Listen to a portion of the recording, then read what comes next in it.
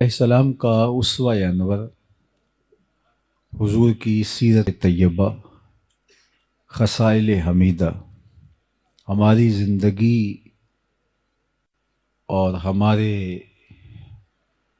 شب و روز کو بہتر بنانے کا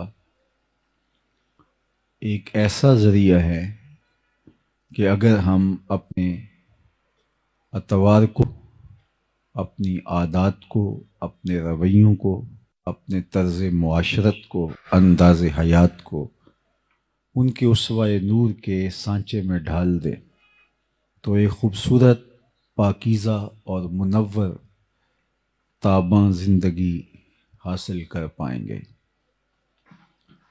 اسوہ کا لفظ، سیرت کا لفظ یا خصائل، یہ مترادفات ہیں اور ہم معنی ہیں۔ اللہ کے محبوب علیہ السلام کی سیرت اور اسوہ انور کو سمجھنے کے لیے آقا کریم کے قریب ترین لوگوں سے اگر ہم سوال کریں تو وہ حضور کی سیرت کے جلی عنوان ہمارے سامنے رکھتے ہیں۔ ام المومنین حضرت سیدہ عائشہ رضی اللہ تعالی عنہا سے جب حضور کی سیرت کے بارے میں، اخلاق کریمانہ کے بارے میں سوال ہوا تو انہوں نے برجستہ کہا، کان خلقہ القرآن۔ اے پوچھنے والے، ان کی سیرت دیکھنی ہے تو قرآن کھول کے بیٹھ جاؤ۔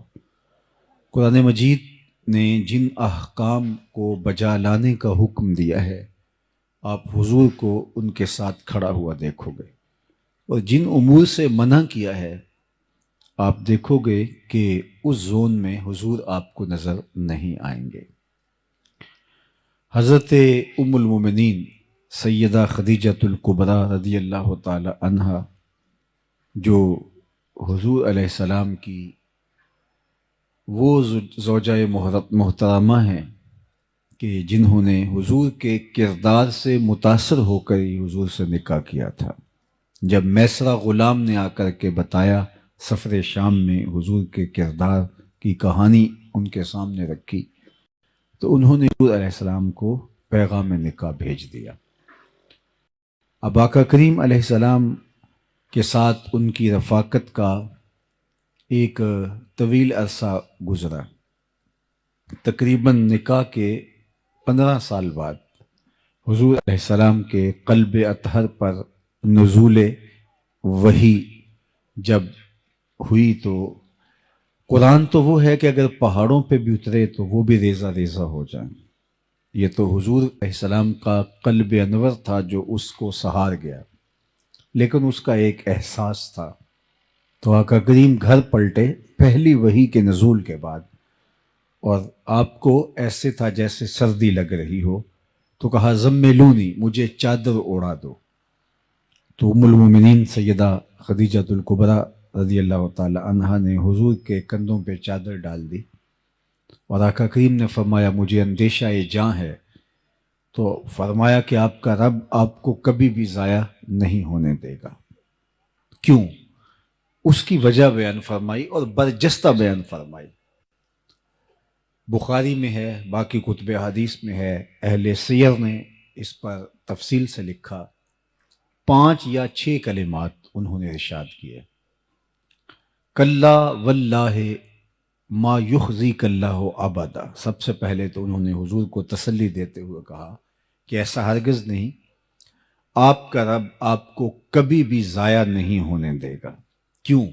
انک لتصل الرحم، آپ صلہ رحمی کرتے ہیں، رشتہ داروں کے ساتھ سلوک اچھا کرتے ہیں۔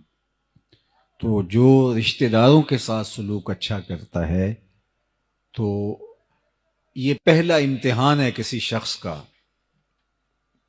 اچھی معاشرت کی تشکیل جب ہوتی ہے تو اس کا پہلا دائرہ رشتہ دار ہوتے ہیں، اور اگر یہاں کوئی کامیاب ہو گیا تو دوسرے دائرے میں، تیسرے دائرے میں، چوتھے دائرے میں بھی آپ اس کو کامیابی کے زینے چڑھتا ہوا محسوس کریں گے، کیونکہ رشتہ دار ایک تو اتنی جلدی کسی کو مانتے نہیں ہیں، اور دوسرا رشتہ دار اس رشتہ داری کی وجہ سے بات کرتے ہوئے بھی دیر نہیں لگاتے اور ایک دم اچھال کے بھی رکھ دیتے ہیں۔ یہ تو کوئی ہوں گے کہ جو اس بات کا خیال رکھیں، لیکن عمومی طور پہ رشتہ داروں کے رویے بہت تلخ ہوتے ہیں اور بہت کھردرا انداز ہوتا ہے۔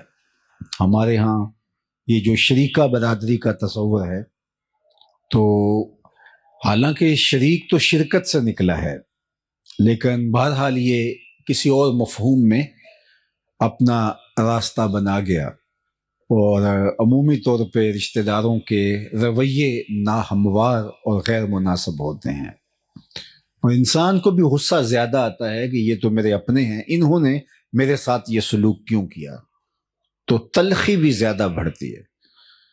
تو اب ہی تو بندے کا امتحان ہوتا ہے کہ اس تلخی کو قابو پا سکتا ہے کہ نہیں، اس رد عمل کو اس کی عملی تنفیذ کرتا ہے یا اس کو وہیں روک لیتا ہے۔ تو یہ بندے کا سخت امتحان ہوتا ہے اور اللہ بندوں سے امتحان لیتا ہے، اور یہ سب سے پہلا دائرہ ہے انسان کے ارد گرد معاشرت کا دائرہ۔ اس لیے میرے اور آپ کے آقا مولا نے فرمایا کہ جو یہ چاہے کہ اس کی عمر میں برکت ہو اور رزق میں اضافہ ہو، وہ رشتہ داروں کے ساتھ سلوک اچھا کرے۔ اگر کوئی شخص اپنے رشتہ داروں کے ساتھ رویہ اچھا رکھتا ہے تو اس کی عمر میں بھی برکت ہوتی ہے اور رزق میں بھی اضافہ ہوتا ہے۔ امتحان بھی بہت بڑا ہے، لیکن نتیجہ بھی دنیا اور آخرت میں اللہ تعالیٰ اس کو عطا فرماتا ہے۔ اب رشتہ داروں کے تلخ رویوں کے باوصف ان کے ساتھ اچھا سلوک، یہ کسی شخص کا پہلا امتحان ہے جب وہ معاشرے میں اترنے لگتا ہے، چونکہ اس کا پہلا دائرہ ہی یہی ہوتا ہے۔ تو ام المومنین نے حضور کا جو نمایاں وصف بیان کیا وہ یہ تھا، اِنَّكَ لَتَصِلُ الرَّحِمَ، آپ صلہ رحمی کرتے ہیں۔ چونکہ بیوی سے بڑھ کر کون جانتا ہے کہ میرے شوہر کے دل میں رشتہ داروں کے لیے کیا جذبات ہیں، تو یہ بات ام المومنین نے برجستہ حضور علیہ السلام کے لیے کہی۔ اور پھر آپ حضور کی ساری زندگی دیکھ لیں، رشتہ داروں نے جو کچھ کیا، تبًا لک ہنالک سائر الیوم الہٰذا جمعتنا، معاذ اللہ حضور شہادت کی انگلی اٹھا کے واز کرتے تھے، اور جس نے اس پر آوازہ کسا وہ رشتے میں چچا لگتا تھا۔ تو اس کے جواب میں قرآن نے کہا تبت یدا ابی لہب و تب، تیرے دونوں ٹوٹ جائیں، لیکن یہ پہلے جملہ چچا نے کہا تھا۔ راہوں کے اندر گڑے چچا کھودتا تھا، سکی چچی جو تھی وہ جنگل سے لکڑیاں کاٹ کے لاتی کانٹے دار، اور جن راہوں سے حضور نے گزرنا ہوتا ان راہوں میں بچھا دیتی۔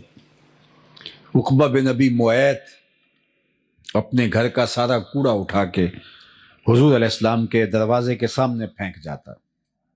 آقا کریم علیہ السلام کے گلے کے اندر کپڑا ڈال کر کے تاؤ بھی اسی نے دیے تھے۔ حالت سجدہ میں حضور علیہ السلام پر اوجریاں ڈالی گئیں۔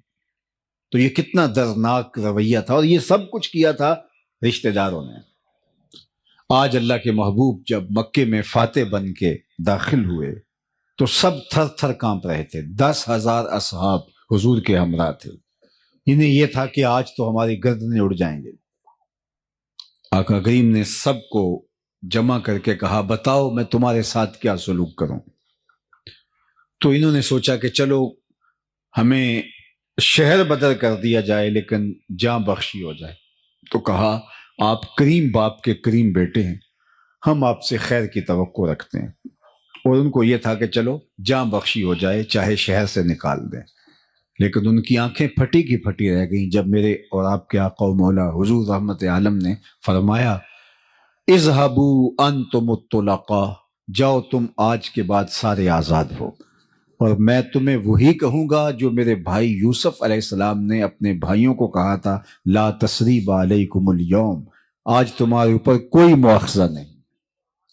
انہوں نے حضرت یوسف علیہ السلام کو تاریک کنویں میں ڈالا، مالک ابن زغر کے ہاتھوں پھوٹی کوڑیوں کے عوض یوسف علیہ السلام کو بیچ ڈالا، اور باپ کے سامنے آ کے مکر کیا کہ انہیں تو بھیڑیا کھا گیا ہے۔ کتنا تلخ رویہ تھا بھائیوں کا اپنے معصوم بھائی کے خلاف، اور انہیں تھا کہ وہ بولی بسری داستان بن گیا ہوگا یوسف، لیکن آج جب وہ ہاتھ میں کشکول لیے جناب یوسف کے سامنے حاضر ہیں تو آپ نے فرمایا کیا تم جانتے ہو کہ تم نے اپنے بھائی یوسف کے ساتھ کیا کیا؟ تو ان کو تو تصور بھی نہیں تھا کہ کہانی تو ان بھائیوں کے درمیان ہے. باپ کو یہ کہا کہ اس کو بھیڑیا کھا گیا ہے، عزیز مصر کہہ رہا ہے کہ تمہیں پتا ہے تم نے اپنے بھائی کے ساتھ کیا کیا؟ تو ایک دم ماضی کی ساری پرتیں کھلنے لگی اور حضرت عزیز مصر کے چہرے میں ان کو یوسف کے خد و خال دکھائی دینے لگے اور ادھر اندر خوف بھی اترنے لگا. اللہ اکبر. قرآن مجید میں یہ مقام اٹھائیے تو وہ ڈر سے گئے، ہونٹ کپ کپا رہے ہیں، اور عزیز مصر کے چہرے پر یوسف کے خد و خال دیکھ کر کے کہتے انکا لانتا یوسف. اللہ اکبر. آپ یوسف ہیں. یہاں جو لفظ ہے انکا لانتا یوسف، آپ یوسف ہیں. قال انا یوسف، کہاں میں ہی یوسف ہوں اور یہ میرا بھائی ہے. حضرت بنیامین پاس بیٹھے تھے اور پھر فرمایا اب ایک لمحے کی اذیت سے وہ گزرے کہ اب کیا ہوتا ہے. ساتھ ہی کہہ دیا لا تثریب علیکم اليوم، پریشان نہیں ہونا، تمہارے اوپر آج کوئی مواخذہ نہیں ہوگا. یعنی انہیں اس کرب سے بھی زیادہ دیر نہیں گزرنے دیا کہ جب یہ پہچان گئے کہ عزیز مصر یہ تو وہی یوسف ہے جس کو کنویں میں ڈالا تھا، آج عزیز مصر بن کے ہمارے سامنے. تو بھائیوں کی حالت غیر ہو رہی تھی اور زبان میں لکنت پیدا ہو رہی تھی، آواز گلے میں پھنس رہی تھی، نکل نہیں رہی تھی. انکا لانتا یوسف، آپ یوسف ہیں. اللہ اکبر. تو حضرت یوسف ہاں میں یوسف ہوں، لیکن ساتھ ایک لمحے کے تاخر کے بغیر کہا لا تثریب علیکم اليوم. تو اللہ کے محبوب علیہ السلام نے فرمایا کہ میں آج تم سے وہی کہوں گا جو میرے بھائی یوسف نے اپنے بھائیوں سے کہا تھا، آج تم سے کوئی مواخذہ نہیں کیا جائے گا. عثمان بن طلحہ یہ کعبۃ اللہ کا کلید بردار تھا اور اللہ کے محبوب علیہ السلام نے اس سے کہا کہ کعبۃ اللہ کا دروازہ کھولو، میں اندر جا کے نوافل ادا کرنا چاہتا ہوں، نماز پڑھنا چاہتا ہوں، اللہ کے حضور سجدہ ریز ہونا چاہتا ہوں. اس نے انکار کر دیا، نہیں میں آپ کے لیے کعبہ کا دروازہ نہیں کھول سکتا. وقت گزر گیا، آج حضور فاتح بن کے داخل ہوئے تو فرمایا این عثمان بن طلحہ، عثمان بن طلحہ کہاں ہے؟ تو کپ کپاتا ہوا حاضر ہوا. فرمایا لاؤ کعبۃ اللہ کی کلید. دروازہ کھولا، حضور اندر اترے، بتوں کو توڑا، سجدہ ریزیاں کی اللہ کے حضور، واپس پلٹے تو سب صحابہ منتظر تھے کہ یہ دیکھیے اعزاز کس کو ملتا ہے. عثمان بن طلحہ کو تو دوبارہ چابی نہیں ملے گی، اب دیکھیے کس کا مقدر کھلتا ہے اور یہ اعزاز کعبۃ اللہ کی کلید برداری کا اعزاز کس کو ملتا ہے. سب حسرتیں لیے کھڑے تھے، لیکن حضور جب باہر تشریف لائے فرمایا عثمان بن طلحہ کہاں ہے؟ تو حاضر خدمت ہوا تو حضور نے اس کے ہاتھ میں چابی رکھتے ہوئے فرمایا یہ چابی میں تم کو دے رہا ہوں، قیامت تک یہ چابی تیری نسلوں سے بھی کوئی نہیں چھین سکے گا سوائے ظالم کے. آج بھی یہ جو شیبی خاندان ہے کعبۃ اللہ کا کلید بردار، یہ حضرت عثمان بن طلحہ کی اولاد سے ہے. تو جب اس نے حضور کا یہ سلوک دیکھا تو آگے بڑھ کے آقا کریم کے ہاتھ پہ بیعت اسلام کر لی. تو یہ سلوک تھا اللہ کے محبوب کا، صلہ رحمی کا یہ عالم تھا، یہ حضور کی سیرت ہے. ہم چھوٹی چھوٹی بات پہ کہتے ہیں اگر تم ایک بات کرو گے تو ہم 10 باتیں کریں گے، ایک قدم پیچھے ہٹو گے تو ہم 10 قدم پیچھے ہٹیں گے. تم اگر پتھر مارو گے، اینٹ مارو گے تو ہم پتھر اٹھا لیں گے. تو یہ تو کوئی بات نہ ہوئی، یہ تو ہم اس سے آگے بڑھ گئے. کہا تم جو کرنا ہے کر لو، ہم اپنے رویے سے نہیں ہٹنے کے، ہم اپنی عادت خیر کو چھوڑنے کے نہیں.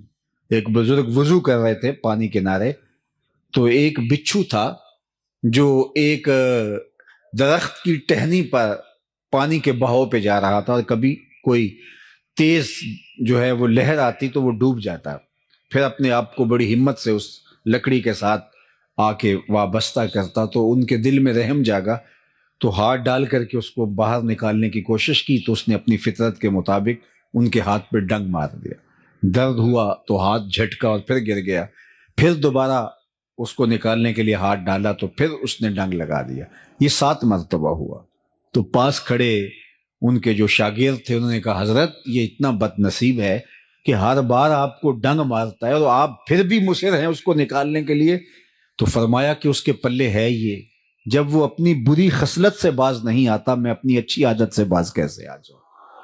جس کے پاس جو ہوگا وہ وہی دے گا، الاناء یترشع بما فیہ، عربی کا مقولہ ہے برتن سے وہی ٹپکتا ہے جو برتن کے اندر ہو۔ اگر آپ کے ساتھ، میرے ساتھ کوئی رویہ اچھا نہیں رکھتا، اس کا سلوک اچھا نہیں ہے، تو ہم یہ نہیں کہیں گے کہ اچھا اگر تو ایک قدم بڑھا ہے تو میں 10 قدم اور جو ہے وہ تیرے معاملے میں اتنی ہی برائی میں تیرے ساتھ بڑھ جاؤں گا، یہ تو پھر ہم اس سے آگے بڑھ گئے نا۔ ہم کہیں گے نہیں، تجھے بھی ایک دن جیت لیں گے محبت کے زور پر، سل من قطعک واعط من حرمک، اللہ کے محبوب نے فرمایا جو تم سے تعلق توڑے تم اس سے تعلق جوڑو، اور جو تمہیں محروم رکھے تم اس کی جھولیاں بھر دو۔ ہاں تمہارا یہ حق ہے کہ اگر رشتہ دار شر کا منبع و مصدر ہے تو آپ اس سے محتاط ضرور ہو سکتے ہیں، لیکن یہ نہیں ہے کہ وہ مشکل میں پھنس جائے، وہ تکلیف میں ہو، وہ اذیت میں ہو تو آپ اس وقت جو کہیں کہ اب میں اس کا سر کچل کے رکھ دوں، نہیں۔ بہترین صدقہ وہ ہے جو ناراض رشتہ دار کو دیا جائے جو تمہارا مخالف ہو، چونکہ نفس مانتا ہی نہیں ہے اس صدقے کے لیے۔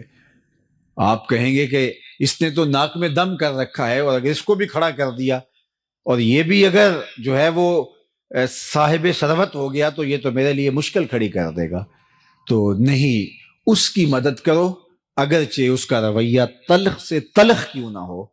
تو پہلا کردار جو ام المومنین نے حضور کا بیان کیا وہ یہ تھا کہ انک لتصل الرحم، آپ کا رب آپ کو کبھی تنہا نہیں چھوڑے گا اور نہ آپ کو بے آبرو ہونے دے گا، اس لیے کہ آپ صلہ رحمی کرتے ہیں۔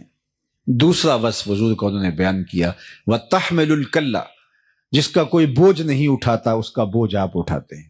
اپنے بوجھ تو سارے ہی اٹھاتے ہیں، اوروں کے لیے جینا یہ زندگی ہوتی ہے۔ یہ تو ہم درختوں سے سیکھ سکتے ہیں، درخت اپنی چھاؤں میں کبھی خود نہیں بیٹھے، خود دھوپ میں جلستے ہیں، لیکن جو ان کے دامن میں آئے تو اس کو وہ ٹھنڈک فراہم کرتے ہیں۔ درختوں نے آج تک اپنا پھل خود نہیں کھایا، لوگوں کو دان کرتے ہیں۔ اوروں کے لیے جینا یہ زندگی ہے۔ دریاؤں نے اپنا پانی کبھی خود نہیں پیا، یہ اوروں کو سیراب کرتے ہیں۔ بادل خود اپنا پانی جو ہے وہ نوش جان نہیں کرتے، وہ اوروں کو دان کرتے ہیں۔ اوروں کے لیے جینا، اوروں کے لیے زندگی گزارنا، یہ زندگی کا حسن ہوتا ہے۔ وَتَحْمِلُ الْكَلَّ، آپ کا وصف نمایاں یہ ہے کہ آپ جس کا کوئی بوجھ اٹھانے والا نہیں اس کا آپ بوجھ اٹھاتے ہیں۔ تیسرا وصف حضور کا بیان کیا، وَتَقْسِبُ الْمَعْدُومَ، جس کا کوئی کمائی کرنے والا نہیں آپ اس کے لیے کام کرتے ہیں، اس کے لیے مزدوری کرتے ہیں، کام کرتے ہیں، اس کے لیے تجارت کرتے ہیں۔ اللہ اکبر، یہ حضور کا وصف نمایاں ہے۔ اللہ اکبر، کہ لوگوں کے لیے حضور علیہ الصلوۃ والسلام کمائی کریں، تجارت کی ہے حضور نے، کس لیے؟ دوسروں کے کام آنے کے لیے۔ میں اور آپ سویر سے لے کر شام تک اور شام سے لے کر سویر تک اپنے آپ کے بارے میں سوچتے ہیں۔ علماء نے لکھا، یہ اچھی طرح مجھے اور آپ کو ذہن نشین ہونا چاہیے، اور یہ زندگی کا ماٹو بنا لیں ہم۔ رزق کمانے کی 3 نیتیں ہیں، ان نیتوں کے استحضار کے ساتھ رزق حلال کمانا عین عبادت۔ سب سے پہلی نیت جس کے لیے ہمیں رزق کمانا چاہیے وہ تجارت ہے، مزدوری ہے، کھیتی باڑی ہے، وہ ملازمت ہے یا کوئی اور عمل۔ ہم رزق اس لیے کمائیں کہ اپنے آپ کو سوال کی ذلت سے بچائیں، چونکہ ہماری ضرورتیں ہمارے ساتھ جڑی ہیں۔ اس بدن کو 2-3 وقت کھانا چاہیے، گرمی اور سردی کے لیے لباس چاہیے، سائے ڈھانپنے کے لیے چھت چاہیے، گھر چاہیے، بیمار پڑ جائیں تو دوائی چاہیے، یہ ہماری ضرورتیں ہیں۔ تو اگر ہم خود نہیں کمائیں گے تو ہمیں ان ضرورتوں کو پورا کرنے کے لیے کسی کے آگے ہاتھ پھیلانا پڑے گا۔ تو اس لیے رزق کمایا جاتا ہے کہ اپنے آپ کو سوال کی ذلت سے بچایا جائے۔ یہ پہلا مقصد ہے جو ہمیں ملحوظ ہونا چاہیے۔ دوسرا مقصد رزق کمانے کا، اپنے زیر کفالت لوگوں کی ضرورتوں کی تکمیل۔ وہ بوڑھے ماں باپ ہیں، وہ اولاد ہے، بیوی ہے، یا آپ کے بہن بھائی آپ کے زیر کفالت ہیں، تو ان کی ضرورت، ان کی خوراک کی ضرورت، ان کی طبی ضرورت، ان کی تعلیم کی ضرورت اور ان کی دیگر ضرورتوں کی تکمیل۔ تو یہ دوسرا مقصد ہے رزق کمانے کے لیے۔ اس کے لیے پردیس کاٹا جاتا ہے، اس کے لیے دن رات ایک کیا جاتا ہے تاکہ میرے بچوں، میرے ماں باپ، میرے اعزاء و اقربا جو میرے زیر کفالت ہے، ان کی ضرورت میرے ذمے ہے، تو میں آپ دکھ سہ لوں گا لیکن ان کی ضرورت کو پورا کروں گا۔ یہ دوسرا مقصد ہے رزق کمانے کا۔ تیسرا مقصد رزق کمانے کا یہ ہے، اور یہ ہماری نیت میں شامل ہونا چاہیے کہ اللہ تو مجھے میری ضرورت اور میرے زیر کفالت لوگوں کی ضرورت سے اگر زیادہ عطا کرے گا تو میں ان کی ضرورت پورا کروں گا، ان کی ضرورت کی تکمیل کروں گا جو کسی وجہ سے کما نہیں سکتے، اپاہج ہیں، لاچار ہیں، اراملہ ہیں، مساکین ہیں، یتاما ہیں، غربا ہیں، مفلوق الحال ہیں، کثیر العیال ہیں، کوئی بھی سبب ہے جس کی وجہ سے ان کی ضرورتیں پوری نہیں ہوتی۔ تو اللہ میں اس لیے رزق کما رہا ہوں کہ اگر تو میری اور میرے زیر کفالت لوگوں کی ضرورت سے تو مجھے زیادہ دے تو میں ان کی ضرورتوں کو پورا کروں گا۔ یہ تین نیتوں کے ساتھ اگر ہم رزق حلال کمائیں تو وہ عین دین ہے۔ اگر چوتھی نیت جڑ گئی کہ میں معاشرے میں نمایاں ہو جاؤں گا، اپنے رشتہ داروں میں تفاخر کر سکوں گا، تو پھر بھی بے برکتی اتر آئے گی۔ اور اگر اس رزق کے ذریعے سے عیش و عشرت کروں گا، اپنی ناجائز خواہشات کی تکمیل کروں گا، یہ تو خیر بدترین صورتحال ہے۔ صرف تفاخر کروں میں باقی رشتہ داروں کے اندر بھی، میاں میں تم سے امیر ہوتا ہوں، اور میں ان پر تفوق کا اظہار کر سکوں، یہ بھی نیت میں کہیں چھپا ہوا، تو وہ رزق آپ کو بے چین کر دے گا، سکون نہیں آنے دے گا، اور وہ رزق جو ہے وہ پھر دنیا کا مال بن کے رہ جائے گا جو تمہارے لیے بہت کڑے اور سخت حساب کا ذریعہ ہوگا۔ تو صرف تین نیتیں ہمارے ساتھ جڑی ہونی چاہیے۔ اللہ مجھے رزق دے، میں اپنی ضرورت کو پورا کروں، میں اپنے بچوں کی، اپنے زیر کفالت لوگوں کی ضرورت کو پورا کروں، اور اگر تو مجھے میری اور میرے بچوں کی ضرورت سے زیادہ عطا کرے تو پھر میں معاشرے کے ان لوگوں کی ضرورت کو پورا کروں جو کسی وجہ سے اپنی ضروریات کی تکمیل نہیں کر پاتے۔ یہ ہیں تین نیتیں۔ ان نیتوں کے ساتھ جو تاجر اپنے ٹھیے پہ بیٹھ کے مزدوری کرتا ہے تو بظاہر وہ کوئی یہاں ممبر پہ بیٹھ کے واز نہیں کر رہا، لیکن کیا کہا؟ التاجر الصدوق الامین مع النبیین یوم القیامہ، وہ سچا تاجر قیامت کے دن پیغمبروں کے ساتھ اٹھایا جائے گا۔ کتنی بڑی بات! چونکہ اس کی نیت میں فرق نہیں ہے، اس کی نیت صرف یہ تین چیزیں ہیں، اور اگر اس کی نیت پھیل گئی، آگے بڑھ گئی، اور وہ شر کے زمرے میں آتی ہو تو پھر سب کچھ برباد ہو گیا۔ اسی طرح وہ مزدوری کرتا ہے تو القاسب حبیب اللہ، وہ مزدوری کرنے والا اللہ کا حبیب ہے، یہاں تک کہ جو اس کو تھکن لگتی ہے مزدوری کرتے ہوئے، کاروبار کرتے ہوئے، حتیٰ کہ ذہنی تھکن ہوتی ہے اس کو جو کاروباری مصروفیات کی وجہ سے، لوگوں کے تلخ رویے ہیں کاروبار میں سہنے پڑتے ہیں، تو اس کا بھی اللہ اس کو اجر عطا کرتا ہے۔ بلکہ اگر کاشتکار ہے تو اس کی فصل سے جو چڑیاں چگ کے لے جاتی ہیں، اللہ اس کو بھی اس کے نامہ اعمال میں صدقے کے ثواب کی صورت میں لکھتا ہے، اس لیے کہ اس کی نیت کا خلوص جو ہے اس کو کہاں سے کہاں لے جاتا ہے۔ تو یہ تین نیتیں میرے ساتھ اور آپ کے ساتھ جڑی رہنی چاہیے۔ میں مختلف اداروں میں بھی جانا ہوتا ہے، یونیورسٹیز میں بھی، کالجز میں بھی، تو وہاں بچے ڈاکٹر بن رہے ہیں، انجینئر بن رہے ہیں، تو ان کو کہتا ہوں کہ یہ ابھی سے اپنی نیت میں شامل کر لو۔ یہ ٹھیک ہے، بہت سارے لوگ پردیس میں جاتا ہوں تو وہاں بھی میں دوستوں کو کہتا ہوں ایک ایک خاندان کو اٹھاؤ، دو دو خاندانوں کو اٹھا دو۔ ایک گلی کے اندر 10 سے 15 گھر ہوتے ہیں، تو ان میں سے عموماً متوسط لوگ ہوتے ہیں، تو 2 یا 3 گھر غریب ہوتے ہیں، باقی 2-4 گھر امیر ہوتے ہیں، باقی متوسط ہوتے ہیں۔ اگر ہم صرف اپنی گلی کو اپنے ذمے لے لیں کہ ہم اپنی گلی میں کسی کو بھوکا نہیں سونے دیں گے، اس گلی کے غریب لوگ ہمارے ذمے ہیں، ان کے بچوں کی تعلیم ہمارے ذمے ہیں، ان کی شادیاں ہمارے ذمے ہیں، صرف ایک ایک گلی کو اپنے ذمے ہم لے لیں تو ایک اچھا صالح پاکیزہ معاشرہ جو ہے وہ تشکیل پاتا ہے۔ لیکن جب ہم خود غرضی کی زندگی گزاریں گے تو پھر معاشرہ اسی طرح کا ہوگا جس طرح اس وقت پایا جاتا ہے۔ اور ہمارا دین صرف ہمیں سجدے کرنے کی تلقین نہیں کرتا، ہمارا دین ہمیں ہمسایوں کا خیال رکھنے کی تلقین بھی کرتا ہے۔ میرے اور آپ کے آقا و مولا نے فرمایا اس قدر مجھے ہمسایوں کے حقوق کے بارے میں تاکید کی گئی کہ مجھے لگا کہ وہ وراثت میں حقدار نہ ٹھہرا دیا جائے۔ اور ہم نے تو یہ پڑھا ہے کہ اگر ہمسایہ بھوکا سو جائے تو 40 دن نمازیں قبول نہیں ہوتی۔ یہ ہمارا دین ہے۔ میرے اور آپ کے آقا و مولا نے یہاں تک فرمایا اپنے گوشت کی خوشبو سے غریب ہمسائے کو تکلیف نہ دو، یا تو تھوڑا پانی زیادہ ڈال لو، شوربے کی پیالی ہمسایوں کے گھر بھی بھیج دو، اور اگر ایسا نہیں کر سکتے تو ایسے زاویے میں، ایسے وقت میں، ایسی جگہ پہ اس کو پکاؤ کہ غریب تک اس کی مہک نہ پہنچ سکے۔ بچے تو بچے ہیں، ضد کر بیٹھے تو ان بچوں کی ضد کو کون پورا کرے گا؟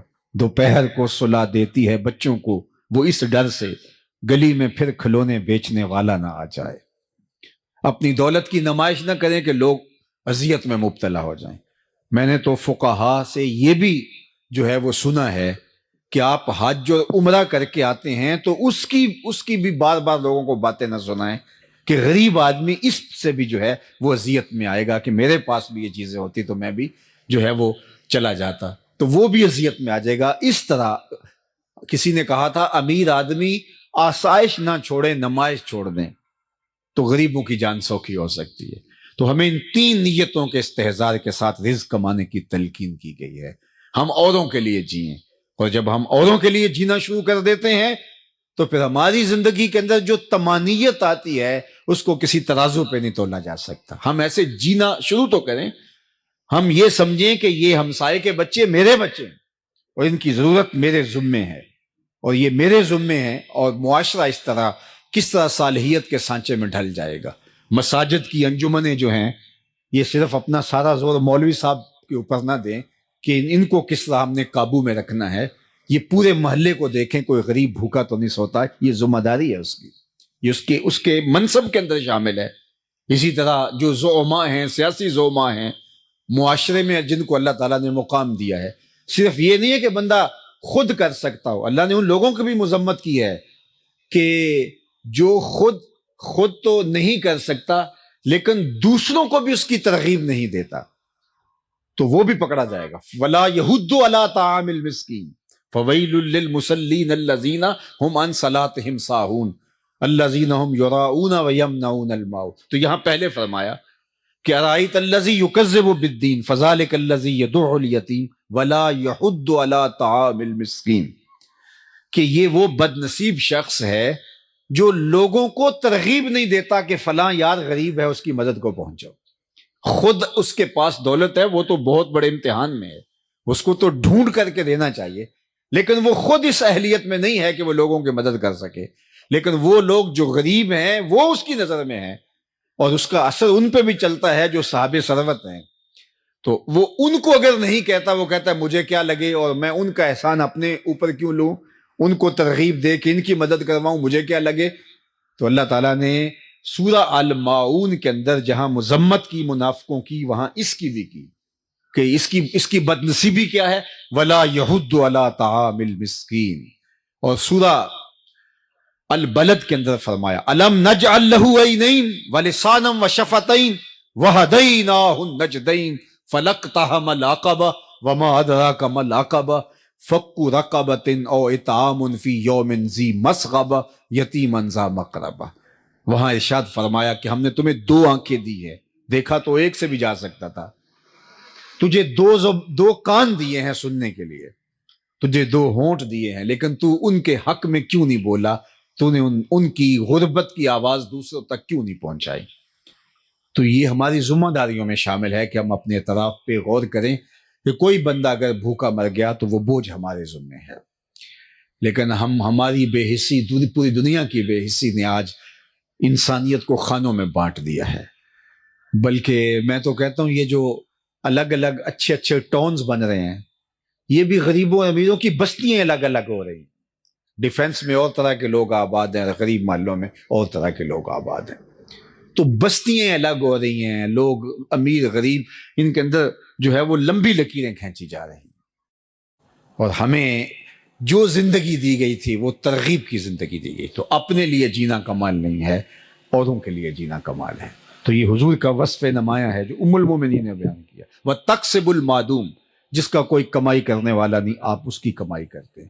سیرت اس لیے نہیں ہوتی، یا میلاد اس لیے نہیں ہوتا، یا جلسہ اس لیے نہیں ہوتا، یا تقریر اس لیے نہیں ہوتی کہ میں تقریر کروں اور آپ نعرے لگاتے تھکے نہ، اور آپ کہیں کمال کر دیا، کبھی پھول پھینکے کبھی نوٹ پھینکے۔ یہ مجھے اور آپ کو بھولا ہوا سبق یاد دلانا ہوتا ہے، اپنے آپ کو بھی اور آپ کو بھی۔ مجھے اس سیرت کے عنوان سے اپنے لیے ڈھونڈنا ہے کہ میرے اور آقا و مولا جن پہ ہم درود پڑھتے ہیں ان کی تو زندگی یہ تھی، تو کیا میں ان کی زندگی کے کتنا قریب ہوں، میرے اندر کہاں تک ہے یہ، میں نے زندگی میں کتنے دکھیوں کو، کتنے تکلیف میں پھنسے ہوئے لوگوں کی مدد کی۔ اللہ اکبر۔ اللہ فرماتا ہے فَكُّ رَقَبَةٍ او اطعام فی یوم ذی مسغبہ، کہا یہ مشکل گھاٹی ہے، اور وہ مشکل گھاٹی کیا ہے؟ فَكُّ رَقَبَہ، کسی پھنسے ہوئے کی گردن چھڑانا ہے۔ اس وقت تو غلاموں کی گردن چھڑانا یہ سب سے بڑی نیکی تھی اور سب سے مہنگی سخاوت تھی، لیکن اس دور میں جس کی بیٹیاں جوان ہیں اور کوئی رشتہ قبول نہیں کرتا، اس کا رشتہ قبول کر لینا، غریب ہے تو کیا ہوا، اس کا رشتہ قبول کر لینا، اس پھنسے کی گردن چھڑانی ہے، یا اس کی مدد کرنا کہ وہ اپنی بیٹی کو عزت کے ساتھ بیاہ سکے، یہ اس پھنسے کی گردن چھڑانی ہے۔ لیکن اس میں یہ تماشا بھی نہ لگائیں کہ غریبوں کی بیٹیوں کو قطاروں میں بٹھا کے اجتماعی شادیاں کرتے پھریں۔ ایک لمحے کے لیے تصور کریں، حالات تو بدلتے رہتے ہیں، اگر اس قطار میں ہماری بیٹی کو بیٹھنا پڑے تو ہم گوارا کرتے ہیں؟ رات کے اندھیرے میں جا کے ان کے ماں باپ کی خدمت کرو، وہ بیٹی اپنے گھر سے جائے، اپنے گھر سے رخصت ہو، تم یہاں تماشا نہ لگاؤ۔ اور جو ہے وہ کس قدر ان کے چہرے کبھی دیکھے آپ نے جب اجتماعی شادیوں سے بچیاں اٹھتی ہیں؟ ان کی غربت کا اشتہار لگ رہا ہوتا ہے، اور جتنے باراتی آئے ہوتے ہیں، رشتہ دار آئے ہوتے ہیں، سب سمجھ رہے ہوتے ہیں کہ جو ہے وہ آج ہی یہاں سے، ذرا تصور تو کیجئے، ہم سمجھ رہے ہیں نیکی کر رہے ہیں، تارا ٹوٹتا سب نے دیکھا، یہ نہ دیکھا ایک نے بھی، کس کی آنکھ سے آنسو ٹپکا، کس کا سہارا چھوٹ گیا۔ لوگوں کی دلجوئیوں کا خیال رکھیں، ہمارا دین اس کی ترغیب دیتا ہے۔ تو پھنسے ہوئے کی گردن چھڑانا۔ حضور علیہ السلام کے ایک صحابی ہیں جن کا نام ہے حضرت عبد الرحمن بن عوف رضی اللہ تعالیٰ عنہ۔ جب مکے سے ہجرت فرما کے مدینہ تشریف لائے تو سب کچھ وہیں چھوڑ آئے تھے۔ حضور نے مواخات قائم کی، ایک انصاری کو ایک صحابی مہاجر کا بھائی بنا دیا اور کہا کہ تم نے اس کو کھڑا کرنا ہے۔ انہوں نے آدھے آدھے باغ دے دیے ان کو کہ ٹھیک ہے، تو میرا بھائی حضور نے بنایا، آدھا باغ یہ تیرا ہوا، آدھا کاروبار تیرا ہوا۔ تو جو حضرت عبد الرحمن بن عوف کا بھائی بنا تھا اس نے کہا میرے بھائی بتا میں تیرے لیے کیا پیش کر سکتا ہوں؟ تو حضرت عبد الرحمن بن عوف نے کہا مجھے بازار کا رستہ دکھا دے، آگے میں جانوں اور میرا کام جانے، مجھے یہ بتا کہ کام یہاں کون سا مناسب ہے اور بس اتنی میری رہنمائی کر دے۔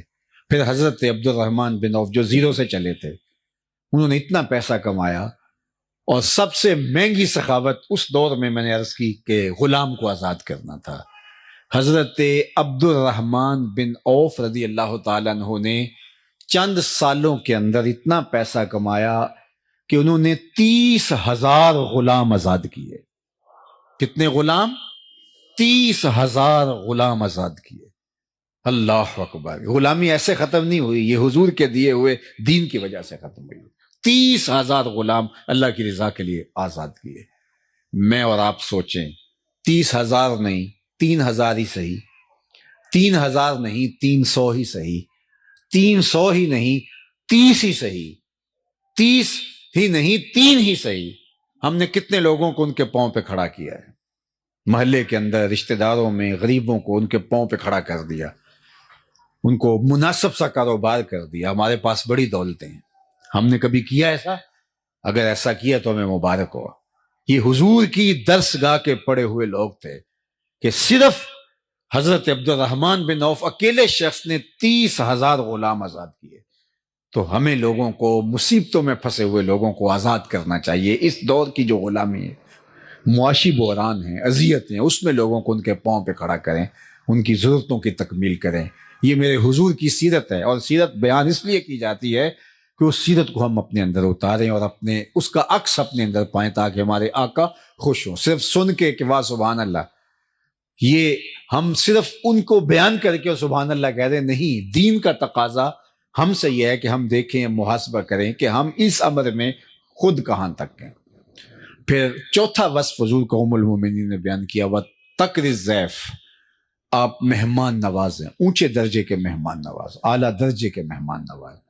مہمان اپنی قسمت کا رزق ساتھ لے کے آتا ہے اور برکت چھوڑ کے جاتا ہے۔ ہمارا کچھ نہیں کھاتا، اپنی قسمت کا ہمارے دسترخوان سے کھاتا ہے اور ہمارے دسترخوان سے کھانے کی وجہ سے ثواب بھی ہمیں ملتا ہے، عزت بھی ہمیں ملتی ہے، اور وہ برکت بھی چھوڑ کے جاتا ہے۔ اس لیے خوش دلی کے ساتھ مہمانوں کا استقبال کیا جائے، ان کو کھانا کھلایا جائے۔ اللہ اکبر۔ آدھا فقر حضرت سیدنا شیخ عبد القادر الجیلانی علیہ رحمہ و رضوان فرماتے ہیں، آدھا فقر بھوکوں کو کھانا کھلانا اور برہنہ بدن لوگوں کو لباس پہنانا ہے۔ باقی چلے، ریاستیں، عبادتیں، نمازیں، سجدے، تہجدیں، اوراد، اشغال، وظائف، یہ باقی آدھا بنتا ہے۔ صرف آدھا بھوکوں کو کھانا کھلانا اور برہنہ بدن لوگوں کو لباس دینا ہے۔ فقیر اس بات پہ راضی ہوتا ہے کہ اس کا دسترخوان چلتا رہے، اٹ کھڑک کے دکڑ وجے تتا ہوئے چلہ، آن فقیر کھا کھا جاون راضی ہوئے بلا۔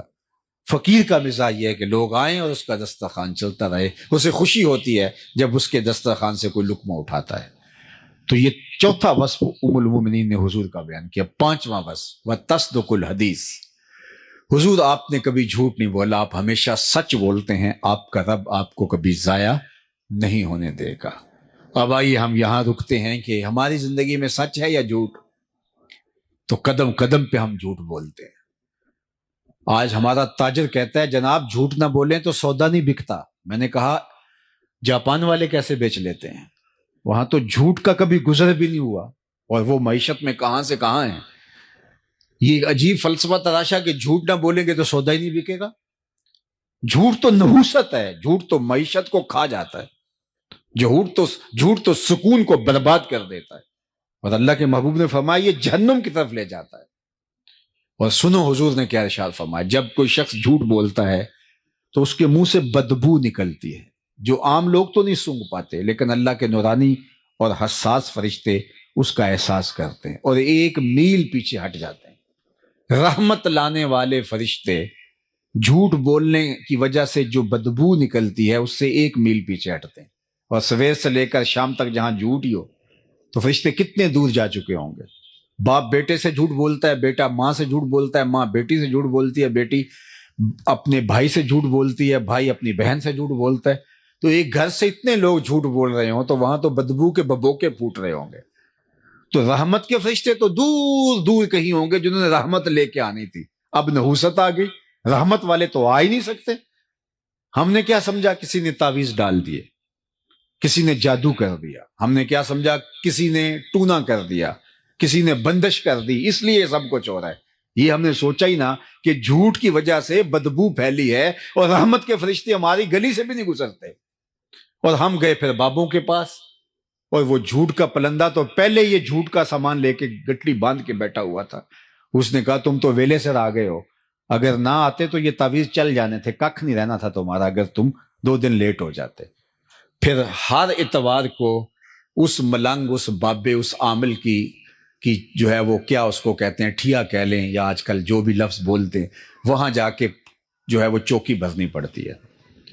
اور اتنے بد نصیب ہوتے ہیں، کوئی 3 سال سے نہیں نہایا، کوئی 4 سال سے غسل نہیں کیا، کوئی گالیاں بکتا ہے، کوئی جو ہے وہ بےہودگی پہ اتر آتا ہے، اور روز اخبارات کے اندر آپ دیکھتے ہیں کہ بابے نے کیا کرشمہ کر کے رکھ دیا، اور عزتوں سے کھیلنے والے یہ لوگ ہوتے ہیں۔ اور وہاں رش لگا ہوتا ہے، وہاں بھاگم بھاگ ہوتی ہے، کیوں جی ہمارا مسئلہ اس سے حل ہونا ہے۔ وہ جھوٹ کا جو کاروبار لیے بیٹھا ہے، یہ تو مارکیٹ تھی جھوٹ کی، وہ پورا پلازا ہے جھوٹ کا، اور وہاں سارے وہاں پہنچ گئے۔ یہ کسی نے بھی نہ سوچا کہ ہمارے گھر میں بے برکتی کس وجہ سے ہے۔ جو تعویذ ہم نے ڈالا ہے وہ تعویذ تو جھوٹ کا ڈالا ہے، وہ جو کالا جادو ہوا ہے وہ تو مکر و فریب کا ہے۔ وہ ماں بیٹی سے جھوٹ بول رہی ہے، اور بیٹی ماں سے جھوٹ بول رہی ہے، شوہر سے بھی پیسے ہتھیا رہی ہے بیوی جھوٹ بول کے، اور بچے ماں سے پیسے ہتھیا رہے ہیں جھوٹ بول کے۔ گھر جھوٹ کا دھندا ہے، دکان جھوٹ کا دھندا ہے۔ تو جب جھوٹ ہی جھوٹ ہوگا تو بدبوئیں پھوٹیں گی، رحمت کے فرشتے کہیں دور بھاگ جائیں گے، تو وہاں رحمت جنہوں نے لے کے آنی تھی رحمت، تو وہ رحمت لے کے نہیں آئیں گے، تو وہاں نحوست ہی ہوگی۔ اور ہم نے سمجھا کہ نہیں یہ ہو گیا وہ ہو گیا، ادھر بھاگ گیا، پھر اس نے ہمیں جو ہے وہ قابو کر لیا، اور پھر وہاں چوکیاں بھرنے لگے۔ تو اللہ کے محبوب کی زندگی کیا ہے؟ وَتَصْدُقُ الْحَدِيث، حضور نے زندگی میں جھوٹ نہیں بولا۔ حضور سے پوچھا گیا کہ حضور مومن بزدل ہو سکتا ہے؟ فرمایا نہیں، بہادر ہوتا ہے۔ مومن ہو، بہادر ہوتا ہے، لیکن ہو سکتا ہے کبھی بزدلی کر جائے، آخر بندہ ہی تو ہے، بشر ہی تو ہے۔ پھر دوسری مرتبہ پوچھا حضور کیا مومن جو ہے وہ بخیل ہو سکتا ہے؟ کہا نہیں، سخی ہوتا ہے۔ لیکن فرمایا ہو سکتا ہے کبھی بخل بھی کر جائے، آخر بشر ہی تو ہے۔ پھر حضور علیہ السلام سے پوچھا گیا کہ مومن بزدل ہو سکتا ہے؟ کہا نہیں، مومن بہادر ہوتا ہے، لیکن ہو سکتا ہے کبھی بزدلی کر جائے، آخر بشر ہی تو ہے۔ پھر پوچھا گیا کہ مومن بخیل ہو سکتا ہے؟ کہا نہیں، سخی ہوتا ہے، لیکن ہو سکتا ہے کبھی بخل بھی کر جائے۔ بلکہ ایک روایت میں فرمایا گیا کہ جو اولاد ہوتی ہے مبخلتن و مجبنتن، یہ تھوڑا تھوڑا بخیل بھی بنا دیتی ہے اور تھوڑا تھوڑا بزدل بھی بنا دیتی ہے۔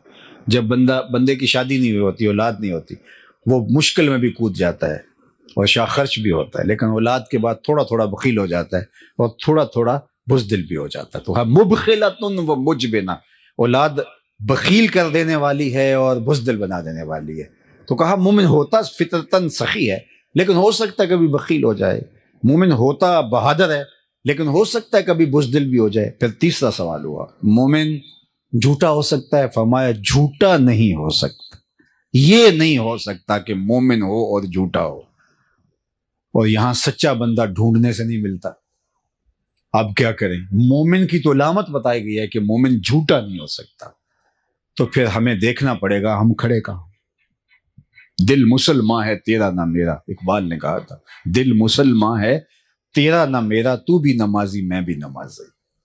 نمازیں تو ہم پڑھے جا رہے ہیں، لیکن اصل ہمارا اندر لٹا ہوا ہے۔ مومن کی علامت کیسے پہچانے کے مومن؟ منافق کی 4 علامتیں بیان کی گئی ہیں، ان میں سے ایک علامت بیان، اذا حدث کاذب، جب وہ بولے گا جھوٹ بولے گا۔ اور یہ علامت اگر مومن نہیں ہو تو وہ مومن نہیں، یہ نفاق کی علامت ہے۔ تو مجھے اور آپ کو دیکھنا ہوگا، چاہے اس کی قیمت کوئی بھی دینی پڑے، سچ بولنے کی قیمت تو دینی پڑتی ہے، کوئی حرج نہیں ہے، لیکن یہ اللہ کے محبوب علیہ الصلوۃ والسلام نے علامت ایمان بتائی ہے کہ مومن سچا ہوتا ہے، مومن جھوٹا نہیں ہوتا۔ تو فرمایا وَتَصْدُقُ الْحَدِيث، آپ سچ بولتے ہیں۔ اور میں آپ کو بتاؤں کہ میرے اور آپ کے آقا و مولا اعلان نبوت سے قبل بھی صادق اور امین کہلاتے تھے۔ حضور نے کوہ صفا پہ جب صنادید قریش کو جمع کیا تو ان کو ایک بات کہی تھی جو تاریخ کے اوراق میں موجود ہے، کہ اگر میں کہوں کہ پہاڑ کی دوسری جانب سے ایک لشکر آ رہا ہے جو تمہیں کچل ڈالے گا، مان لو گے؟ انہوں نے کہا دیکھیں گے، نظر آیا تو فبہا، نظر نہ بھی آیا تو کہیں گے ہم اندھے ہیں، آپ سچے ہو، کیونکہ ہم نے آپ کو کبھی جھوٹ بولتے نہیں سنا۔ تو فرمایا پھر مان لو اللہ ایک ہے۔ تو پھر انہوں نے انکار تو کیا، لیکن اندر کہہ رہا تھا جو کل سچا تھا وہ آج بھی سچا ہے، اور ایک وقت آیا پھر ماننے پہ مجبور ہو گیا۔ اور امین ایسے کہ ابو جہل نے کہا کہ وقت تیزی کے ساتھ ہاتھوں سے نکلتا جا رہا ہے، اگر 4 اور لوگ ان کے ساتھ جڑ گئے تو پھر قابو پانا مشکل نہیں ہوگا۔ تو اس نے کہا گرو جی کیا کریں؟ کہا ہر قبیلے سے ایک ایک فرد لو اور ان کے گھر کا محاصرہ کرو اور معاذ اللہ حضور کو شہید کر دو، اور اگر بنو ہاشم اٹھ کھڑے ہوئے تو مل کے مقابلہ کریں گے، اور اگر انہوں نے خون بہا مانگا تو خون بہا مل کے دے دیں گے، کوئی مشکل نہیں ہوگی۔ اور اتنے قبائل کے سامنے اکیلے بنو ہاشم نہیں کھڑے ہو پائیں گے، اور حضور کے گھر کا پھر محاصرہ کر لیا۔ اللہ اکبر۔ اور آپ جانتے ہیں کہ آقا کریم نے حضرت علی المرتضیٰ کو اپنے بستر پہ لٹایا اور کیا کہا، علی تم میرے بستر پہ لیٹ جاؤ، صبح اٹھنا، لوگوں کی امانتیں واپس کر کے تم بھی مدینے چلے آنا۔ تو ذرا تصور کیجئے حضور کیسے امین تھے، جنہوں نے امانتیں حضور کے گھر میں رکھی تھی، آج قتل کے درپے ہوئے تو انہیں امانتوں کا فکر نہیں تھا، وہ جانتے تھے کچھ بھی ہو جائے محمد عربی کے پاس رکھی گئی امانتیں ضائع نہیں ہوں۔ یہ ہوتا ہے امین۔ اور پھر آقا کریم نے بھی فرمایا کہ تم امانتیں واپس دے کے آنا۔ کسی نے حضرت علی سے پوچھا کہ تم حضور کے بستر پہ لیٹ گئے تھے تو وہ حضور علیہ السلام کے گمان میں تمہیں بھی تو قتل کر سکتے تھے، تو تمہیں نیند آ گئی تھی؟ حضرت علی نے کہا بڑے آرام کی نیند۔ کہا کیسے؟ کہا حضور نے کہا تھا علی تم میرے بستر پہ لیٹ جاؤ، صبح اٹھ کے امانتیں دے کے مدینے چلے آنا، مجھے یقین تھا میں صبح اٹھوں گا بھی، امانتیں بھی ادا کروں گا اور مدینے بھی پہنچوں گا، اس لیے کہ یہ میرے حضور نے فرما دیا تھا۔ اللہ اکبر۔ یہ ہے حضور کا کردار، حضور علیہ السلام کی زندگی۔ وَتَصْدُقُ الْحَدِيث، یہ ہمیشہ سچ بولتے ہیں۔ اور چھٹا وصف حضور کا وَتُعِينُ عَلَى نَوَائِبِ الْحَقِّ، ام المومنین نے کہا کہ جو حق کی راہ پہ لوگ موجود ہوتے ہیں ہم دیکھتے ہیں آپ ان کے ساتھ کھڑے ہوتے ہیں. ہم تو کہتے ہیں کہ ہمیں کیا لگے جی، ہمیں کیا غرض، ہم تو اپنے آپ کا دفاع کرتے ہیں، اپنے آپ کو بچاتے ہیں. سچ اور سچائی کے ساتھ کھڑا ہونا ہمارے مزاج میں نہیں ہے، اور اسی لیے پھر سچ بولنے والا تنہا رہ جاتا ہے اور معاشرہ اس کو کچل کے رکھ دیتا ہے. دوبارہ وہ عبرت کا نشان بن جاتا ہے. لوگ جو ہے وہ اس جگہ پہ کھڑا ہونے کو تیار نہیں ہے. سچ کے ساتھ کھڑا ہونا چاہے اس کی کوئی بھی قیمت دینی پڑے. حالات کی تلخیاں آج دیکھیے دنیا کے اوپر. آج 56-57 اسلامی ملک حق کے ساتھ کھڑے نہیں ہو پا رہے. فلسطین کے اندر جو قیامت بپا ہے، چند نہتے ٹینکوں سے اور توپوں سے لڑ رہے ہیں، اور 56-57 اسلامی ملک جن کی غیرت کا جنازہ نکل گیا. یہ OIC کا اجلاس ہوا ہے اور عرب لیگ کا. کتنے بے شرم لوگ ہیں، کیسے تصویریں اور جھنڈوں کے آگے کھڑے ہوئے تھے. تم نے کیا کیا ہے کہ یوں کھڑے سینہ تان کے تصویریں کھنچوا رہے ہو؟ کہاں گئی تمہاری غیرت؟ دیبل کے ساحل پہ ناہید نامی ایک لڑکی نے پکارا تھا، اور حجاج بن یوسف کوئی اچھا شخص نہیں مانا جاتا، ظالم شخص تھا. حضرت حسن بصری رضی اللہ تعالیٰ عنہ تابعی ہیں، وہ فرمایا کرتے تھے کہ پچھلی امتوں کے لوگ اپنے سارے ظالم لے آئیں اور ایک پلڑے میں ڈال دیں، دوسرے پلڑے میں صرف حجاج بن یوسف کو ہم ڈال دیں تو یہ پلڑا پھر بھی بھاری ہوگا. اتنا بڑا ظالم تھا. لیکن اس نے دیکھا کہ محراب کے پیچھے آوازیں آ رہی ہیں، تو اس نے معلوم کیا تو پتا چلا کہ دیبل سے ایک جہاز پہنچا ہے اور فریاد کی گئی ہے اور حجاج کو پکارا گیا ہے. پھر وہ اللہ کے قہر کی بجلی بن کے نازل ہوا. یہ ہماری تاریخ ہے. آج وہ پکار رہے ہیں، این العرب این انتم یا جنون المسلمین، کہاں ہو مسلمانوں تم؟ نہتے لڑ رہے ہیں، نہتے لڑ رہے ہیں. لیکن یہ بات ذہن میں رکھیے گا کہ حق کبھی دبا نہیں کرتا. الاسلام یالو ولا یولا علیہ، اسلام ہمیشہ غالب رہے گا. اور پھر اس خطے کے بارے میں تو اللہ کے محبوب کے فرامین بہت واضح ہیں. دمشق کے دروازوں پر اور بیت المقدس کے آس پاس ایسے لوگ قیامت تک موجود رہیں گے کہ لوگوں کا ان کو تنہا چھوڑ دینا ان کو نقصان نہیں پہنچائے گا. اور فرمایا کہ وہ حق پر کھڑے رہیں گے یہاں تک کہ حضرت امام مہدی اور حضرت عیسیٰ کے عساکر کے ساتھ شامل ہو جائیں گے. اور وہ منظر کتنا دل فریب ہوگا جب حضرت عیسیٰ تشریف لائیں گے. اور یہ اس وقت امت 3 حصوں میں بٹ چکی ہوگی، اور یہ بالکل حالات اب ادھر جا رہے ہیں. ایک حصہ کٹ چکا ہوگا، شہید ہو چکا ہوگا، ایک فرار کا راستہ اختیار کر چکا ہوگا، بزدلوں کا ٹولہ، اور ایک لڑ رہے ہوں گے. حضرت عیسیٰ ان کے پاس آئیں گے، اللہ اکبر، اور انہیں کہیں گے کہ اب بتاؤ کیا کرنا ہے. میں بد دعا کرتا ہوں یہ غرق ہو جائیں گے، یا پھر یہ ہے کہ ان کے خلاف ہم لڑنے کے لیے تیار ہیں. تو وہ کہیں گے کہ ہم لڑ کے جہاد کر کے فتح حاصل کرنی ہے. حضرت عیسیٰ علیہ السلام کی ہمراہی میں جہاد اسلام ہوگا. اللہ اکبر. صحیح بخاری کی روایت ہے، تمام رجال ثقہ ہیں. میں اب میری زبان نہ کھل جائے، بڑی کوشش کی گئی کسی طرح سے حضرت امام مہدی کے نزول والی حدیثوں کو ضعیف قرار دیا جائے. آج سے چند سال پہلے محققین بٹھائے گئے کسی ملک میں، لیکن نہیں کر سکے. اور یہ حدیث بخاری میں ہے، اور اس سے ملتی جلتی باقی صحیح حدیث میں بہت ساری حدیث ہیں. اللہ کے محبوب علیہ السلام فرماتے ہیں کہ وہ وقت آئے گا کہ پھر جب حضرت عیسیٰ علیہ السلام کے انفاس کی خوشبو سے ہی دجال پگھلنا شروع ہوگا اور یہ فرار کا راستہ اختیار کرے گا. اور فرمایا مقام لد پہ قتل کر دیا جائے گا، بھاگتا ہوا. اللہ اکبر. بھاگتا ہوا مارا جائے گا. وہ جو جس پہ ناز ہے، اور وہ کہتے ہیں 1000 سال حکومت اس کے آنے پہ ہم کریں گے. اور ہیکل سلیمانی بنانے کے لیے یہ بےتاب ہیں. اور وہ تخت داؤدی جو رکھا ہوا ہے انگلینڈ کے اندر، وہ یہاں ہیکل سلیمانی میں رکھنے کے لیے بےتاب ہے کہ یہاں آ کے ہمارا مسیحا بیٹھے گا. وہ ان کا مسیحا بھاگتا ہوا مارا جائے گا، اور یہاں 6 ماہ کے بچے بھی سینے پہ گولیاں کھا رہے ہیں. یہ مسلمان کا جذبہ ہے، یہ ان کی طاقت. پھر حضور علیہ السلام نے فرمایا کہ جب مقام لد پہ اس وقت جو ایک چھوٹا سا دیہات تھا، تو اس وقت لوگ کہتے تھے یہ لد چھوٹا سا دیہات ہے، یہاں کیسے فرار ہوگا. لیکن آج دنیا کو پتہ چل گیا دنیا کا حساس ترین ایئرپورٹ یہی ہے. اور 2 ٹرمینل اس کے بند ہیں جو انتہائی ہنگامی صورتحال کے لیے رکھے گئے ہیں۔ تو اب سمجھ آئی کہ دجال یہاں سے بھاگنا شروع ہوگا اور یہاں حضرت عیسیٰ کے ہتھے چڑھ جائے گا، خنزیر کو بھی قتل کریں گے اور دجال کو بھی قتل کریں گے، صلیب کے نشان کو بھی توڑیں گے، اور پھر اسلام کو اللہ مسلمانوں کو یوں فتح دے گا کہ حضور نے فرمایا کہ اگر کسی پتھر کے نیچے، بخاری کی روایت ہے، پتھر کے پیچھے، پہاڑ کی اوٹ میں، کسی غار میں، کھو میں، کسی جگہ پہ بھی کوئی یہودی چھپ کے جان بچانا چاہے گا تو وہ پتھر بھی آواز دے گا کہ یہ ظالم میرے پیچھے چھپا ہوا ہے۔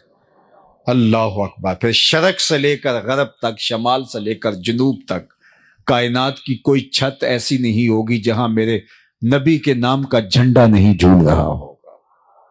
اللہ اکبر۔ اللہ اسلام کو غلبہ اور قوت اور طاقت اور توانائی عطا۔ اور میرے اور آپ کے آقا و مولا نے فرمایا والذی نفسی بیدہ لینزلن عیسی ابن مریم ثم لئن قام علی قبری فیقول یا محمد لاجیبنہ۔ فرمایا مجھے قسم ہے اس رب کی جس کے قبضے میں میری جان ہے، عیسیٰ ابن مریم آئیں گے، یہ سارا کام مکمل کرنے کے بعد حضور کی بارگاہ میں حاضر ہوں گے، حضور کے روضہ انور کے پاس۔ جب کام جرنیل مکمل کر لیتا ہے تو پھر سیلوٹ کرتا ہے اپنے باس کو، تو حضور کی خدمت میں جائیں گے۔ لَيَنزَلَنَّ عِيسَى ابْنُ مَرْيَمَ ثُمَّ لَئِن قَامَ عَلَىٰ قَبْرِي، پھر وہ میری قبر پہ، میرے روزے پہ آئیں گے۔ فَيَقُولُ يَا محمد، اور قبر پہ کھڑے ہو کے مجھے یا محمد کہہ کے آواز دیں گے۔ لَأَجِيبَنَّهُ، فرمایا قسم ہے رب کی میں قبر سے آواز دوں، اس کی آواز کا جواب دوں۔ اللہ اکبر۔ وہ منظر اللہ نے نصیب کرنا ہے۔ دعا کرو اللہ ہماری نسلوں کو امام مہدی کے عساکر میں شامل کرے، حضرت عیسیٰ کے لشکروں میں شامل کرے۔ بلکہ حضور نے فخر سے فرمایا وہ وقت کیسا ہوگا جب عیسیٰ ابن مریم آئیں گے لیکن امام تم سے ہوگا۔ جب آئیں گے تو تازہ غسل کی طرح قطرے ٹپک رہے ہوں گے آپ کے وجود سے، اور اقامت ہو چکی ہوگی، فجر کی نماز کا وقت ہوگا۔ حضرت عیسیٰ علیہ السلام جو ہیں وہ آئیں گے تو حضرت امام مہدی انہیں کو اشارہ دیں گے کہ آپ آئیں نماز پڑھائیں، تو وہ کہیں گے نہیں آپ ہی پڑھائیں۔ تو یہ واقعہ بیان کرنے کے بعد حضور نے فرمایا وہ وقت کیسا شاندار ہوگا جب ابن مریم آئیں گے لیکن امام تم سے ہوگا۔ اللہ اکبر۔ اللہ نے تو اللہ کی بارگاہ میں یہ دعا کرو کہ ہمیشہ حق اور حقانیت کے ساتھ ہمیں کھڑا ہونے کا جذبہ عطا کر دے۔ تو ام المومنین نے کہا کہ آپ کا رب آپ کو کبھی بھی پریشان نہیں ہونے دے گا، اس لیے کہ آپ کے اندر یہ وصف ہیں۔ یہ نمایاں 6 وصف ام المومنین نے بیان کیے۔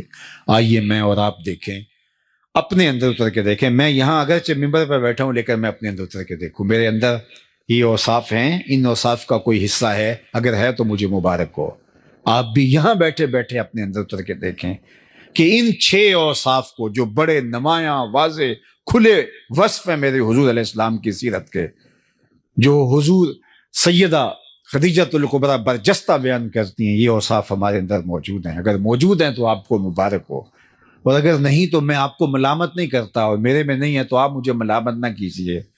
ہم آج سے عزم کر کے یہاں سے اٹھے کہ یہ 6 وصف اپنے اندر پیدا کرنے کے لیے جد و جہد کریں گے۔ پھر سن لیجئے، انک لتصل الرحم، آپ صلہ رحمی کرتے ہیں۔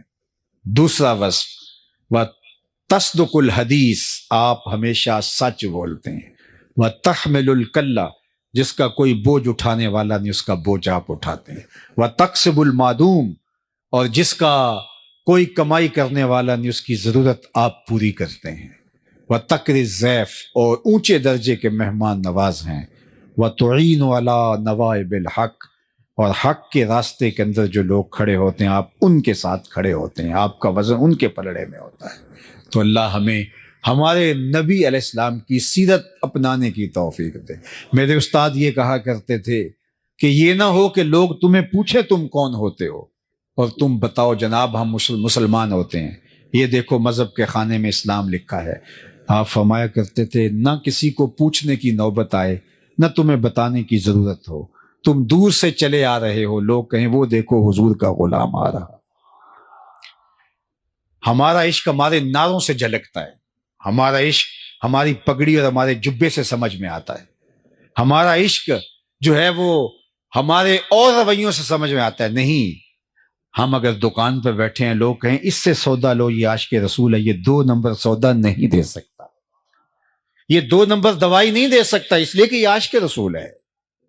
ہم سے کوئی رشتہ کرنے آئے تو کہا بے دھڑک رشتہ کرو اپنی بیٹی کا، اس لیے کہ یہ عاشق رسول ہے، اور عاشق رسول کبھی بھی تمہاری بیٹی کی تذلیل نہیں کرے گا، اس کی عزت نفس پہ حرف نہیں آنے دے گا۔ میرا عشق میرے رویے سے پتہ چلے، ہمسایوں کے ساتھ سلوک سے میرا عشق پتہ چلے۔ اللہ کے محبوب علیہ السلام نے وضو کیا اور حضور کے پانی کو صحابہ نے زمین پہ نہیں گرنے دیا، اپنے ہاتھوں پہ لیا اور اپنے منہ پہ مل لیا۔ تو آقا کریم نے جب یہ منظر دیکھا، ما یحملکم علی ھذا، صحابہ تمہیں اس بات پر کس نے ابھارا ہے؟ میں نے تو اس کا حکم نہیں دیا۔ انہوں نے کہا حب اللہ و رسولہ، اللہ اور اس کے رسول کے پیار نے ہمیں اس پہ آمادہ کیا ہے۔ اور واقعی یہ پیار کی علامت ہے کہ حضور کے وضو کے پانی کو بھی زمین پہ نہیں گرنے دیتے، بلکہ حضور نے ایک دفعہ پچنے لگوائے اور ایک لگن میں خون جمع ہو گیا، تو حضور نے ایک صحابی کو کہا جاؤ ایسی جگہ بہا آؤ جہاں کسی کے قدم نہ پڑے، اور جا کے ایک پتھر کی اوٹ میں بیٹھ کے نوش جاں کر گئے۔ واپس پلٹے تو فرمایا بہا آئے ہو؟ جی حضور ایسی جگہ جہاں کسی کے قدم نہیں جا سکتے۔ تو مسکرا کے کہا لعلک شربتا، شاید تم نے پی لیا ہے۔ کہا جی حضور۔ تو آقا کریم نے فرمایا یا غلام قد حررتا نفسک من النار، اے بیٹے تو نے اپنے آپ کو آتش دوزخ سے بچا لیا ہے۔ اللہ کے محبوب علیہ السلام کے وضو کے پانی کو زمین پہ نہیں گرنے دیتے۔ حضور نے فرمایا صحابہ تم یہ کیوں کرتے ہو؟ کہ حب اللہ و رسولہ، اللہ اس کے رسول کی محبت۔ تو حضور نے اس کی نفی نہیں کی، لیکن کہیں محبت کا رخ ادھر ہی رہے اور دوسری چیزیں بھول جائیں۔ حضور نبی ہیں، اس لیے فرمایا جو چاہے اللہ اس کے رسول سے محبت کرے، اللہ رسول اس سے محبت کرے، اس کو 3 کام بھی کرنے چاہیے۔ ایک، جب بولے سچ بولے، جب اس کے پاس امانت رکھی جائے اس میں خیانت نہ کرے، اور تیسری بات فرمائی اس کی ہمسائیگی میں کوئی آ بسے تو مجاورت کا، ہمسائیگی کا حق ادا کرے۔ تو یہ 3 چیزیں کہیں فراموش نہ ہو جائیں تو میں اور آپ محبت کے اظہار کے اور جو سلیقے ہیں ان کو بھی اختیار کریں۔ میں خاموشی سے بات کرنے کا عادی ہوں، تو کسی نے کہا کہ یہ نعرے کو پسند نہیں کرتا، ایسا نہیں ہے، لیکن میں کہتا ہوں تھوڑا سا اپنے آپ کے اندر اتر کر کے دیکھو، پسند ناپسند کی بات نہیں ہے، ہم تھوڑا سا غور کریں۔ ہمارا عشق صرف نعرے میں نہیں رکھا گیا، نعرہ بھی محبت کا ایک اظہار ہے، میں انکار نہیں کرتا، لیکن ہم نے اپنے رویے کو دیکھنا ہے، ہم ہمسایوں کے ساتھ کیسے ہیں۔ ہم دکان پہ بیٹھے اس وقت بھی عاشق رسول ہیں، صرف جلسے میں عاشق رسول ہوتے ہیں، ہم دکان کے اوپر بیٹھے ہم عاشق رسول نہیں ہوتے۔ ہماری نماز مسجد میں ہوتی ہے، اور ہم جب ٹوپی مسجد میں پھینک کے جاتے ہیں تو نماز بھی وہیں پھینک کے جاتے ہیں۔ لیکن اگر ہم اس نماز کو، اس سجدے کو، اس رکوع کو جو مسجد میں ادا کی، دکان پہ بھی ساتھ لے آتے، اس کو کاروبار میں بھی ساتھ لے آتے، اس کو رشتہ داری میں بھی ساتھ اس نماز کو لے آتے۔ ہم دعائے قنوت میں کیا پڑھتے ہیں؟ وَنَخْلَعُ وَنَتْرُكُ مَن يَفْجُرُكَ، اللہ جو تیرے حکموں کو توڑے گا، تیری شریعت کا باغی ہوگا، ہمارا اس کے ساتھ کوئی تعلق نہیں ہے۔ لیکن ہم نے صرف قنوت میں پڑھا، عملی زندگی میں یہ نہیں ہوتا۔ تو اللہ نے فرمایا سو خرابی ہے ان نمازیوں کے لیے جو ٹکریں تو مار رہے ہیں لیکن نماز نہیں پڑھ رہے۔ جب نماز پڑھی ہے تو نماز رویوں میں اتر آئے، عاشق رسول ہیں تو عشق رویوں میں اتر آئے۔ یاری لا تو پاک نبی سنگ، اے پر پوری یاری، پھر درود قبول ہے تیرا لکھ نہ لو ایک واری۔ پھر لاکھ، سوا لاکھ، سوا کروڑ مرتبہ نہیں بھی پڑھا تو کوئی فرق نہیں پڑتا، وہ ایک بار بھی کافی ہو جائے گا، لیکن وہ اندر سے پڑھا ہو، تیری زبان بھی بولے، تیری روح بھی بولے، تیرا دل بھی بولے۔ تو آئیے میں اور آپ اپنے عشق کو حقیقی صورت اور شکل میں اپنی روحوں کے اندر اتار لیں تاکہ وہ عشق ہماری زندگی سنوار دے۔ عشق تو زندگی کو کہاں سے کہاں اٹھا کے لے جاتا ہے، وہ اور عشق ہے جو غالب کو نکما کر دیتا ہے۔ غالب نے کہا تھا نا عشق نے غالب نکما کر دیا، ورنہ ہم بھی آدمی تھے کام کے۔ لیکن ایک شاعر احمد ہوا، اس نے غالب کا جواب دیا، عشق نے احمد معلّہ کر دیا، ورنہ ہم تو آدمی تھے نام کے۔ یہ عشق تو سر بلند کر دیتا ہے، یہ تو اونچا کر دیتا ہے۔ تو میں اور آپ اگر دعویٰ عشق رسول رکھتے ہیں تو یہ چھوٹا دعویٰ نہیں ہے، یہ بہت بڑا ہے۔ یہ ہماری زبان سے چھل کے، ہمارے رویوں سے ٹپ کے، ہماری عادات سے اس کا ظہور ہو، ہماری رشتہ داریوں میں اس کی چمک دکھائی دے، ہماری دکان سے پھوٹ کے اس کا نور پھوٹے کہ یہ عاشق رسول ہوتا ہے۔ ایک اچھا حساس شہری بن کے عشق رسول ہمیں زندگی گزارنے کی تلقین کرتا ہے۔ تو فرمایا اگر تم چاہتے ہو کہ اللہ اس کے رسول سے پیار کرو اور اللہ اس کا رسول تم سے پیار کرے، تو تمہارا یہ عمل کہ تم میرے وضو کے پانی کو زمین پہ نہیں گرنے دیتے اپنی جگہ پہ، لیکن یہ 3 کام کبھی فراموش نہ کرنا: ہمسائے کے حق کا خیال رکھنا، امانت ہو تو اس کو پورا ادا کرنا، اور جب بھی بولنا تمہاری زبان پر ہمیشہ سچ کے کچھ نہیں ہونا چاہیے۔ اللہ تعالیٰ حضور کا اسوہ نور ہماری زندگیوں میں اتار دے۔ کار ما آخر شدو آخر زما کار نشد، مشت خاک ما غبار کوچہ یار نشد، و آخر دعوانا